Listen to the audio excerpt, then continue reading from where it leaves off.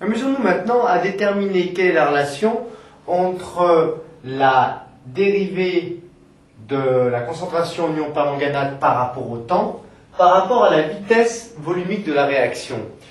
À l'instant T, la concentration en permanganate est égale à la concentration initiale moins 2 fois X sur V représentant, si vous voulez, l'avancement volumique. Eh bien, si on dérive cette expression par rapport au temps, qu'est-ce que ça nous donne? Ça nous donne la dérivée par rapport au temps de quoi? De la concentration en permanganate MnO4- à l'instant 0, qui est une constante, donc qui ne dépend pas du temps forcément, moins ce 2x sur v. Autrement dit, la dérivée est égale à quoi? Eh bien, la dérivée d'une constante par rapport au temps est nulle, donc cette première valeur est nulle. La dérivée de la concentration en ion permanganate à l'instant 0 par rapport au temps est bien nulle, plus la dérivée par rapport au temps de moins 2x sur v.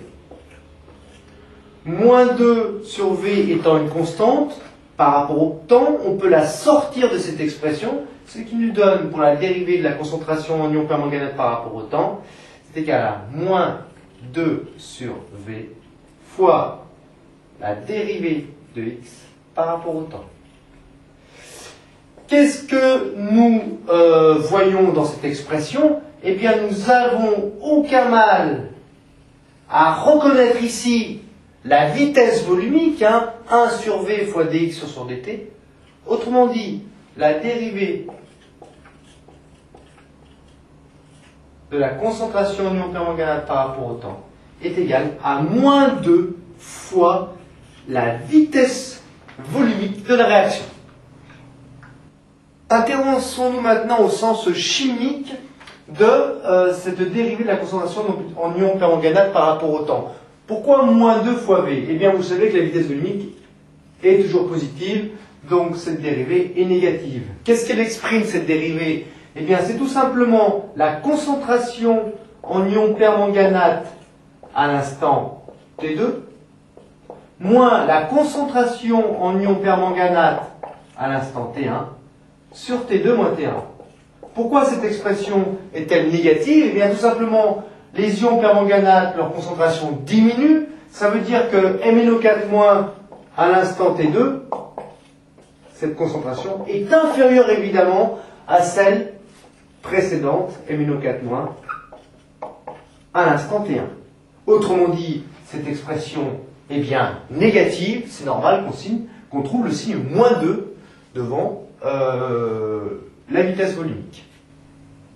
La deuxième sera un jeu de gamin. Là, c'est la même chose. La dérivée de la concentration en Mn2+ par rapport au temps, c'est égal à quoi? Eh bien, on sait que la concentration en Mn2+ au cours du temps est égale à 2x sur v. Autrement dit, la dérivée de la concentration en Mn2+ par rapport au temps est égale à la dérivée par rapport au temps de 2x sur v. Qu'est-ce qu'on peut sortir de cette expression? Eh bien, 2 et v, puisque ces deux valeurs sont indépendantes du temps. Autrement dit, nous obtenons 2 sur v fois la dérivée de x de l'avancement par rapport au temps. Et là encore, on retrouve la vitesse volumique. Donc c'est égal à plus 2 cette fois-ci, plus 2 fois la vitesse volumique. C'est normal que cette dérivée de Mn2+ par rapport au temps soit bien positive, puisque la concentration en Mn2+ ne fait qu'augmenter au cours du temps.